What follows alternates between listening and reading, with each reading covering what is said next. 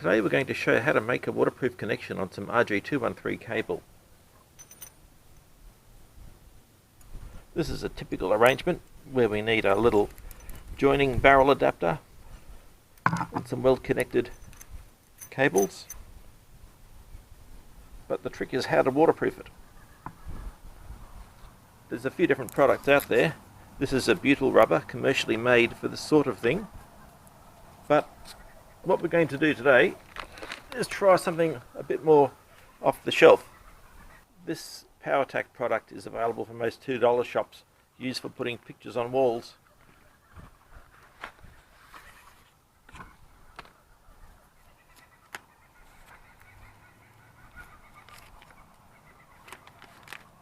It'll work in a similar way. It's quite thick and will melt into itself.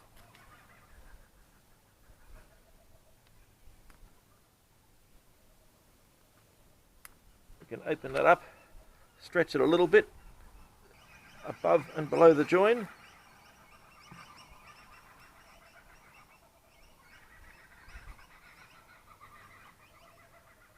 And here we go. It will over time melt to itself, but it does make for a very good join, and I have used this sort of product for a long time, 10 years in the weather, and it survives okay.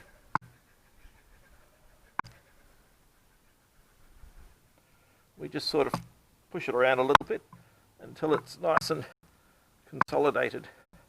Now, the birds will attack this. They will get their claws into it and pick it away, so we do have to wrap it up with some electrical tape just to try and preserve it. Try and start in the direction that the weather is going to be affecting the join. Now it looks like I'm doing this one backwards, but I will be inverting it in a little while.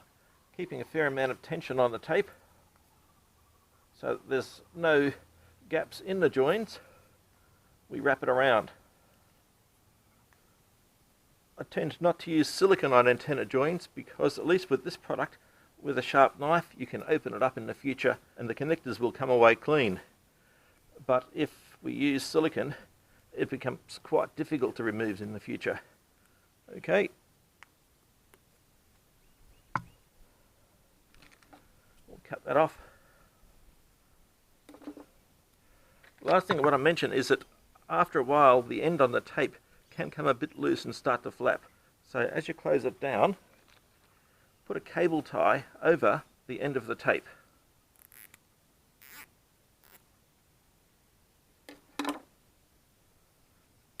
That does two things. It also means we have an indicator of where the best place to start is in the future.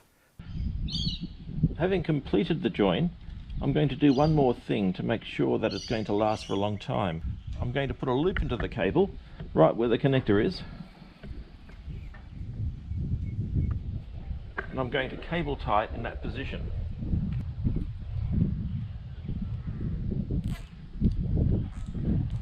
This way the strain of the connection is not on the connectors itself. Also, it highlights where the joint is in the cable, so in future if we do need to investigate a joint, we'll be knowing where to look.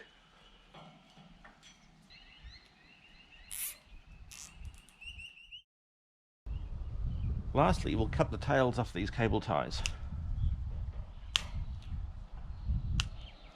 There we go. That's a join that should last a good decade in the weather.